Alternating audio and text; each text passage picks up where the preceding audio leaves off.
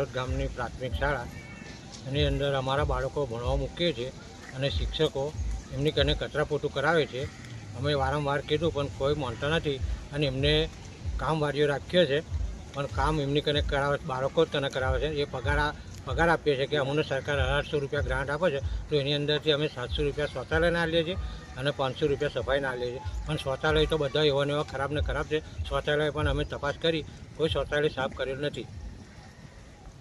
આથી કરીને અમે વારંવાર કીધું 6 મહિનાથી, પણ હજુ અમારા જે પ્રિન્સિપાલ ખરા, પ્રિન્સિપાલ કોઈ આચાર્ય સાંભળતા નથી અમારું. આજે એટલે અમારે આ પગલું ભરવું પડ્યું છે અને વારંવાર આવું થવા જાય છે અને કાળજી નહીં લેવામાં તો અમે અમારા બાળકોને સ્કૂલમાં મૂકવામાં નહીં આવે અને તારું સ્કૂલમાં મારી દઈશું. શું કેવું છે સરકારને તમારું? એમાં સરકારને જે કાયદેસરની કાર્યવાહી કરવી હોય એ જલ્દી કરે. અમારા સાટોદ ગામની પ્રાથમિક શાળા છોકરાને ભણાવવા મોકલીએ છીએ, પણ એમને કચરો વરાવે છે. કોણ રજૂઆત કરેલી છે?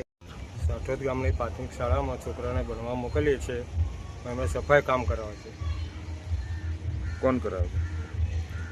પ્રિન્સિપાલ. તો શું કેવું છે તમારા બાબતે?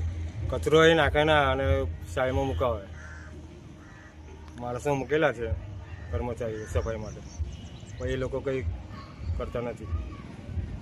છોકરો પાસે જ કરવા. પ્રાથમિક શાળામાં આચાર્ય તરીકે ફરજ નિભાવું છું. સફાઈ કામદાર અમે નિમેલા જ છે. 1800 રૂપિયા ગ્રાન્ટ છે, એમાંથી 500 રૂપિયામાં અમે મેદાન વળાવીએ છીએ, 700 રૂપિયામાં શૌચાલયની સફાઈ કરાવીએ છીએ. પરંતુ સફાઈ કામદાર સફાઈ કર્યા પછી ગામ મેદાનમાં ઝાડ પણ એટલા બધા છે ને પાનખર ઋતુય છે, એટલે કાયમી પાંદડા એટલા બધા પડે છે અને વાંદરાનો ત્રાસ એટલો બધો છે, એટલે થોડીક જ વારમાં આખું મેદાન ગંદુ થઈ જાય છે. તો આખો દિવસ ગંદકી રહે તો પછી સફાઈ કર્મચારી તો એક જ વાર સફાઈ કરીને જતું રહે, પછી આખો દિવસનું સફાઈનું શું? અને બાળકો તો નાના છે, એક ઘર હોય એમાં જ એની મમ્મીએ જો 4-5 વાર વાળવું પડતું હોય તો આખો દિવસ 300 બાળકોનો કચરો તો પડવાનો જ. એટલે બાળકોમાં જો થોડું ઘણું એ સાફ કરે અને એનો જ કચરો ઉઠાવે તો મારા મત મુજબ કદાચ ભલે આમ એવું લાગતું હશે કે ગુનો છે, પણ સફાઈ પછી આખો દિવસ તો પછી એવું કરવું પડે કે જેવી રીતે શિક્ષકની નિમણૂક કરે છે એવી રીતે સફાઈ કર્મચારી પણ અમને આખો દિવસનો મળે તો પછી આ પ્રોબ્લેમનું સોલ્યુશન કાયમી આવી જાય. તો એટલે બાળકો જે અત્યારે સફાઈ કરે છે યોગ્ય છે આપના મત મુજબ? બાળક સફાઈ કરે છે યોગ્ય તો નથી, સફાઈ કર્મચારી મેં રાખ્યા જ છે, પરંતુ એકવાર સફાઈ કરીને જતો રહે પછી આખો દિવસની ગંદકીનું શું કરીએ? એટલે બાળકો જોડે સફાઈ કરાવીએ. એટલે એ પછી કચરો બાળક ઉઠાવે છે.